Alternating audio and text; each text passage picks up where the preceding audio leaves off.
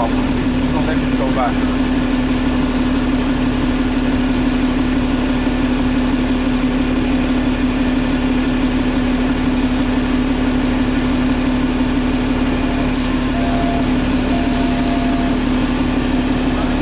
Come on, fire truck.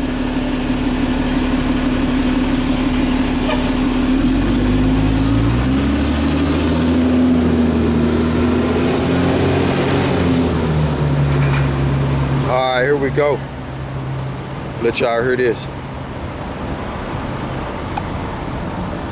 President Putin has often insisted that Russia only acts to defend itself against the hostile actions of the West. And in a recent interview, you said that our country has enough might to put our enemies in their place, which implies that Russia has considered some kind of retaliation in the event of aggression. What exactly did you mean by that, Mr. Medvedev?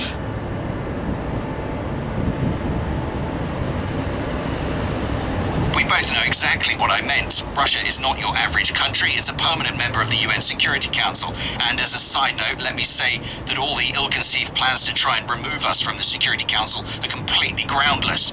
This would go against the UN Charter and the entirety of international law, for that matter. We're talking about the whims of individual states. This is my first point. And my second point is, Russia is a nuclear power with the largest stockpile of strategic nuclear weapons on the planet. Naturally, no one is threatening anyone, but you mentioned the remarks made by President Putin. A few weeks ago, our country's nuclear deterrence forces were put on high alert. It was a simple message that any country that tries to interfere with Russia's foreign policy would know what to expect. They heard us and said they wouldn't try anything. I certainly hope this has helped cool down some of the hotter heads in Poland and other US satellites. Still, they do occasionally come up with ridiculous ideas like closing the airspace over Ukraine. Luckily, they are cool-headed and reasonable analysts at the Pentagon and elsewhere who say this is absolutely out of the question, as it would lead to a direct military confrontation with Russia. I think this will be enough for now, although we do have special document on nuclear deterrence, which states explicitly the circumstances under which the Russian Federation has the right to use nuclear weapons. There are several such conditions. Let me remind you of what they are. First is the launch of ballistic nuclear missiles to attack Russian territory. Second is the use of nuclear weapons or other weapons of mass destruction by an adversary against Russian territory or its allies. Third has to do with an attack on critical infrastructure, resulting in the crippling of our nuclear deterrence forces. And finally, the fourth is when an act of aggression is committed against the Russian Federation or its allies, whether the nuclear or conventional weapons, which threatens the very existence of the state. All these conditions are listed in the document which was approved by the President's executive order. This testifies to our determination to uphold the independence and sovereignty of Russia. Let no one have even a slightest reason to doubt that we're capable of giving a proper response to any attack or encroachment on our country, its independence, or its policies. But keep in mind that I'm saying all this because you asked the question. Obviously, our position is that however complicated, any situation must be approached using diplomatic tools. And in the case of Ukraine, negotiations remain the most constructive and reasonable course of... Alright, so that's what I wanted to come out and show you that he's explaining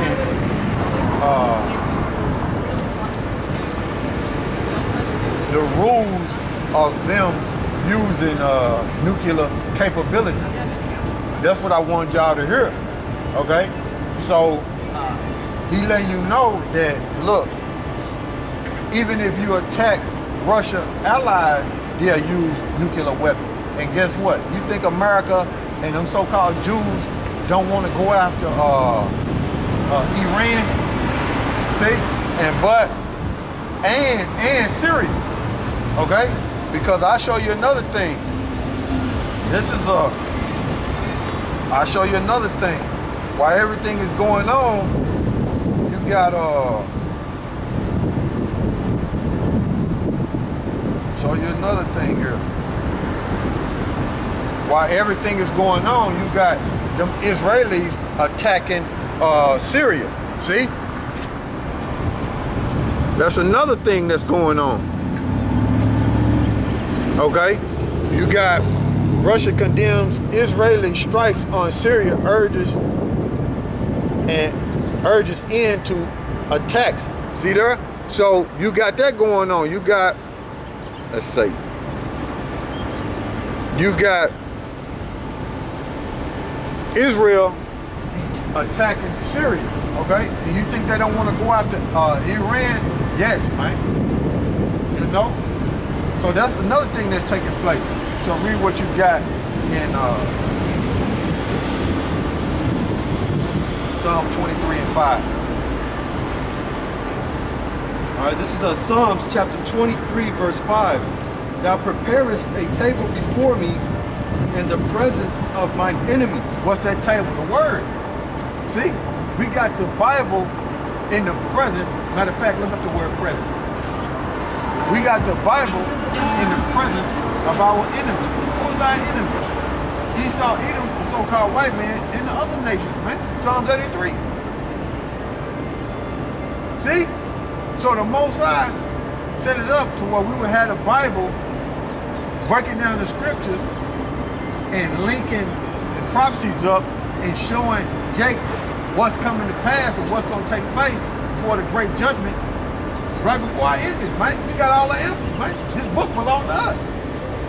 See? And our enemies hate that about us. That's why they call us a hate group. Nah, we're a truth group. According to, just like Apostle Taha stresses all the time. We're a truth group. We ain't no hate group. You see? We telling you the truth. You see? And what Esau Edom do is use this MK Ultra mind control, which is television, to bamboozle the mass of you people. Okay? Calling us black Hebrew Israelites. Okay? We Hebrew Israelites, man. And we ain't black, man. We different shades of brown, man. You see? All the tribes, man. And then you got the Israelite foreigners that look like the other nations, man. Yeah. You see?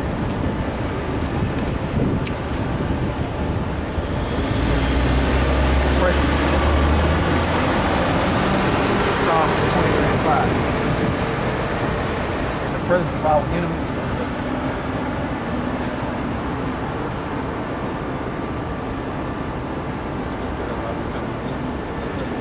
Yeah, we're gonna get that too.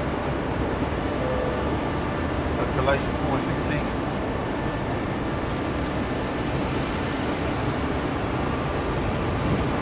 Straight to the point. Whatever's good out of that, bro. Present.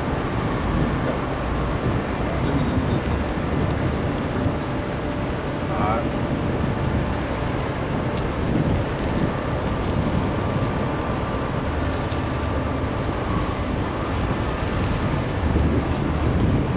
Drive crazy out here, man. Make weirdo decisions, man. It's just like, man.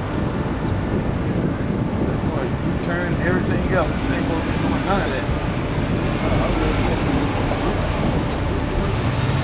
Prison. Make known.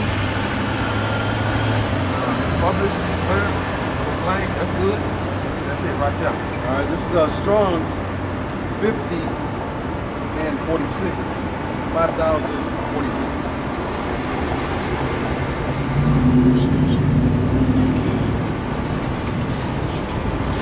Tonight, Gad, and it says to tell, to declare, make known, expound, to inform of. Yep, to inform of, man. See? In the presence of our enemies, man. To declare. See? That's all I wanted out of that. That's good, bro. Okay? So go back and read it again. All right, this is Psalms chapter 23, verse 5. Thou preparest a table before me in the presence of mine enemies. So, Most High, YAHAWASHI, prepare a table for us in the presence of our enemies. So we declaring it. What's going to happen to our enemies, man. You see? According to prophecy, man. And America and Russia is our enemies, and the rest of you nations, okay, is our enemies. We're using the Bible to tell you your future judgment. You're going to fall. You're going to go into captivity. You're going to be destroyed, man. You're going in slavery, man. Up under the Negro, Latinos, and Native Americans. And our power, YAHAWASHI, is going to do it. Yeah. Go ahead, bro. Thou anointed my head with oil. Thy anointed my head with oil, man. We anointed, man. That's why we breaking down the scriptures. See? That's why we're breaking down the scriptures, man. Go ahead. My cup runneth over. My cup runneth over, man. We anointed, and that's why we breaking down these scriptures the way we break them down, man. And some people see these videos, starting with the elder apostle of GMS on down, and they are amazed at the information that we bring out, and they stuck, and they say, how are they coming up with this information? Where are they getting it from? It's because we anointed, man. Face it. We are anointed, and we are the men of the Lord, man. We're telling you people. You see? But give me Galatians 4:26. How are they coming with these new flips? Where are they getting all this information from? We're anointed, man. You got people out there that hate the fact that information being brought out by certain brothers. They hate that certain brothers is able to gather their information and put it all together and show it and break it down to you. You got certain people out there that hate that, man. You know? It's sad, but it's true. Even amongst our own people, man. They hate the fact that we see what we see, man. Our eyes are open, man. We anointed, man. They hate that fact, man. Go ahead, bro. It's like Galatians 4:26. 4:16. All right, this is Galatians chapter 4, verse 16. Am I therefore become your enemy because I tell you the truth? Yeah, man. Esau, Edom, look at us as the enemy because we are the Israelites, and we tell them that his kingdom gonna fall according to the word of the Heavenly Father and his Son, man. That's funny, and it amazes me, man, how you can, you know what I'm saying, the so-called people, Latinos and Native Americans, we can call ourselves whatever the hell we want to call us, but when we start calling each other, us, Hebrews, there's a problem. When we start calling ourselves Hebrew Israelites, Right. according to our true nationality, right? Then we a hate group. We the bad guys. You see? Even our own people. Right. Since we don't accept being called African American, which they would label me, you don't accept being called Mexican, which they would label you, instead of saying Judah and Issachar, they get mad when we say that. Right. We are the nation of Israel. They get mad when we say that, man. You see? And then they say, we'll prove it. We can prove it, but guess what? Since you're talking all that noise, prove that them gutter rats over there are the so-called Jews. Nobody ain't got nothing to say then. Prove, according to the Bible, that who the world ever called Jesus is so-called white. Prove that. Nobody ain't got nothing to say then. Crickets. You see? Then we start saying, break down, if you so in tune and you got so much understanding according to the Heavenly Father, break down Revelation 13, break down Revelation 17, break down Revelation 18, break down Revelation 21. You see? Then you got to start backpedaling. Right. It's crazy around here, man. These people, man. You got a lot of characters and a lot of delusional people that's on the web, man. They think they know something but don't know nothing, man.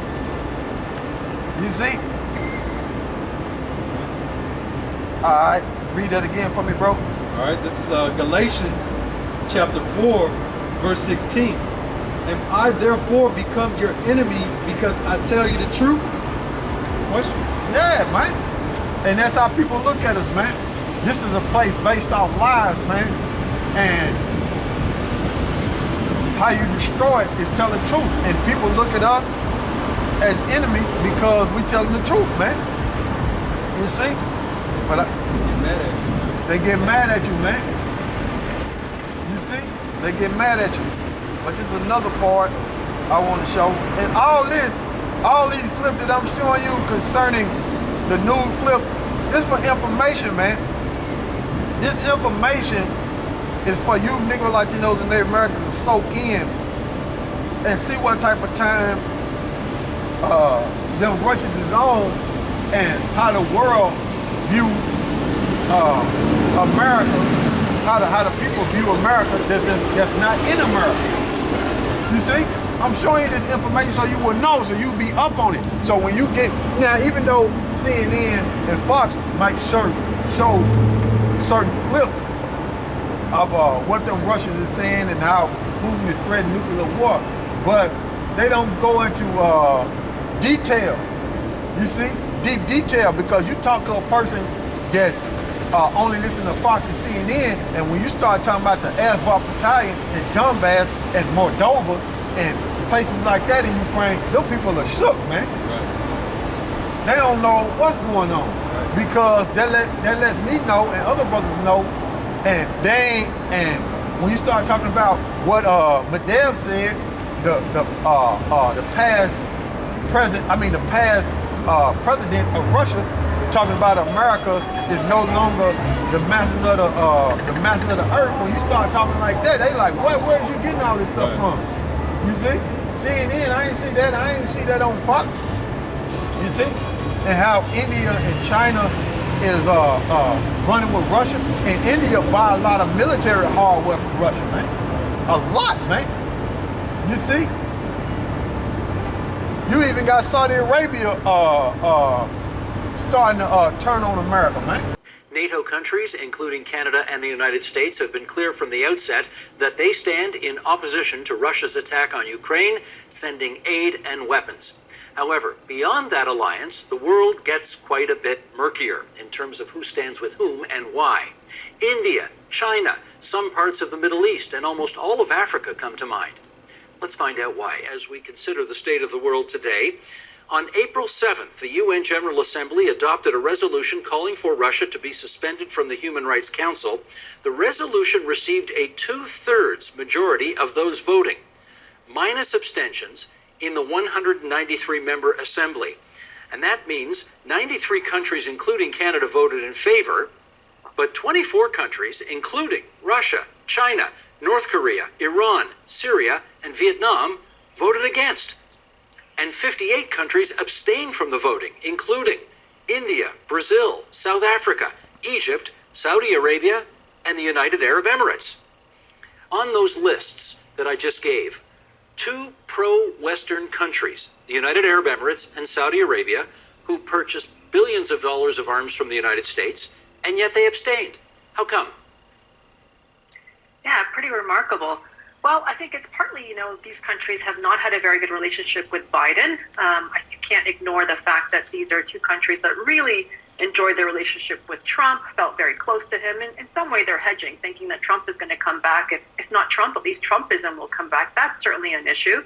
They also don't think that the Biden administration is very tough on Iran. They look at what the Houthi rebels are doing in their countries and say that this is something that needs to have a more firm response that they're not reacting to.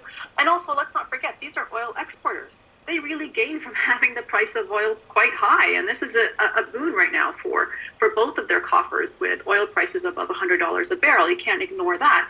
And lastly, very much related to that point, is that OPEC Plus, which includes Russia, has meant that they've had a very good relationship with Putin and with Russia. They have cooperated on a great deal of issues when it comes to production and quotas. And so I think there's a lot going on there, but it really is a testament to the fact that the Americans just can't get their way, despite the fact that they are very much, patrons of the Gulf countries, with a whole bunch of arms being going to them. India, why were they not part of the Western alliance on this?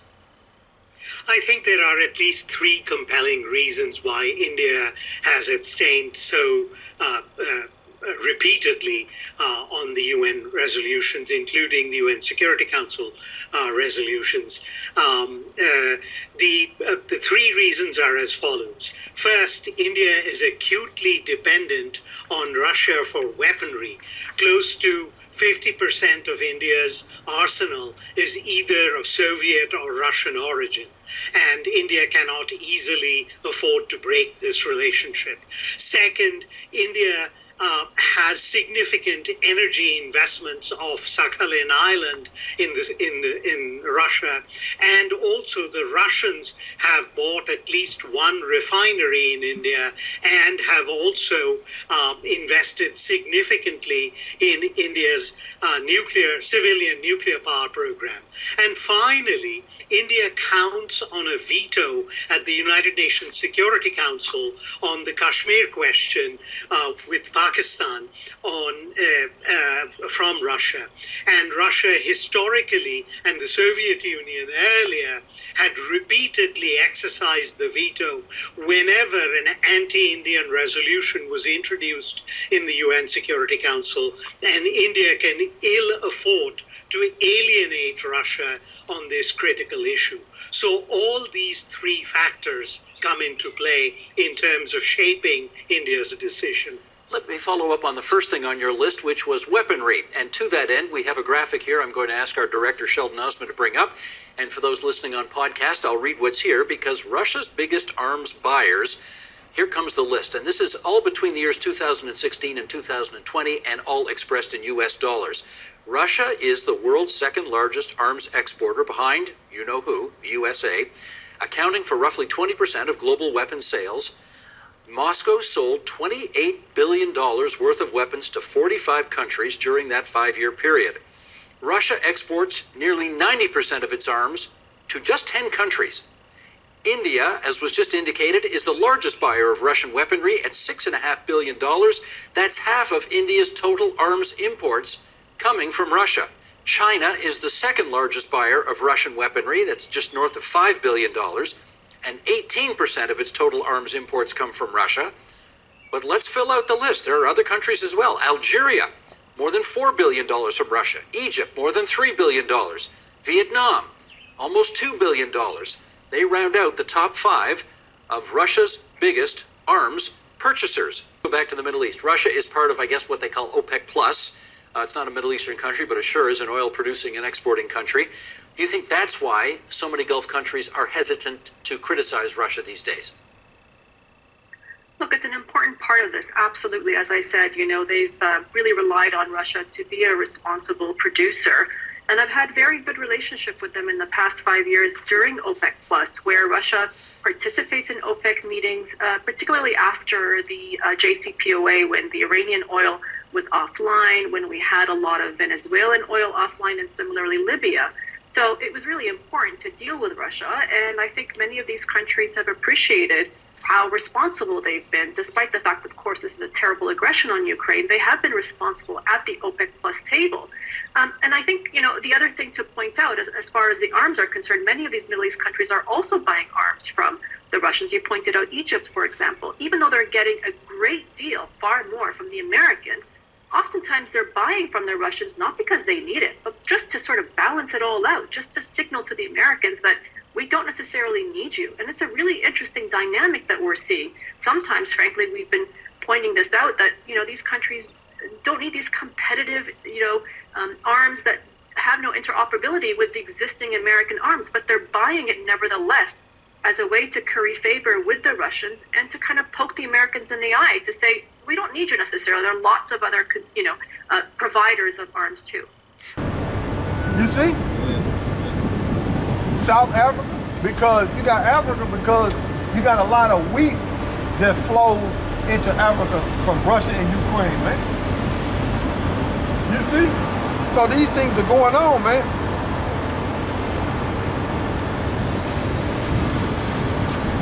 Let me see. This is another one.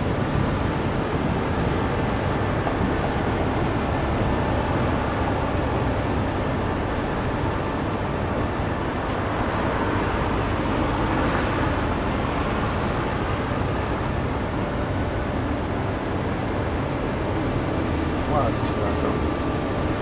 All right.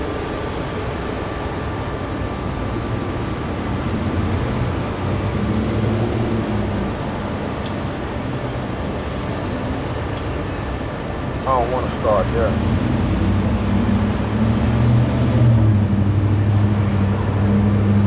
It ain't getting them where I wanted to start at, but somehow. I get it. Y'all bear with me. I started there. Do you believe there is a risk of such a war breaking out? Would you compare the current situation to the Cuban Missile Crisis, where the world also seemed like it was teetering on edge? Back then, we referred to the standoff as the Cold War. What would you call the current state of relations between Russia and the collective West? Nobody wants war. A nuclear war is a threat to the very existence of human civilization. In this sense, those analysts who say, perhaps somewhat cynically, that the invention of nuclear weapons has prevented a huge number of conflicts in the 20th and 21st century are right. This is true. So obviously there is always a threat.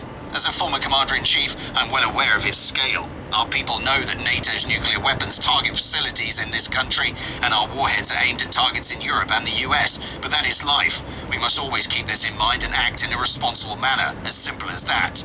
As for the Cuban Missile Crisis, for obvious reasons, I don't have any personal memories. I only know about it from history books, but I had a chance to talk to one of the witnesses, Fidel Castro. Today we live in another reality, in a different world. There is no Soviet Union, no Warsaw Pact. Many illusions are gone. A lot of things are not in place anymore, but the lessons of the Cuban Missile Crisis sank in pretty well back then. It had a sobering effect on everyone, including the leadership of the US, NATO, the Soviet Union, and the Warsaw Pact. The world was living through a Cold War then, but right now the situation is somewhat worse, in my view. Back then, our opponents did not try to bring the situation in the Soviet Union to a boiling point so aggressively. True, their actions may have been disguised, and no sanctions were imposed on entire industries or agriculture, let alone personal sanctions. It never occurred to anybody to impose sanctions. They understood, of course, that it made no sense, just as they do now, but at least they had their brains not to do it then. Now everyone is in an awkward position. They've imposed sanctions, but it's still necessary to communicate, if only to prevent all sorts of undesirable consequences, including such terrible ones as, say, a conflict between Russia and NATO. It's like everyone is under sanctions. Everyone is on some kind of list. I signed the well-known START 3 or START Treaty with President Obama. That treaty was extended by President Putin and President Biden.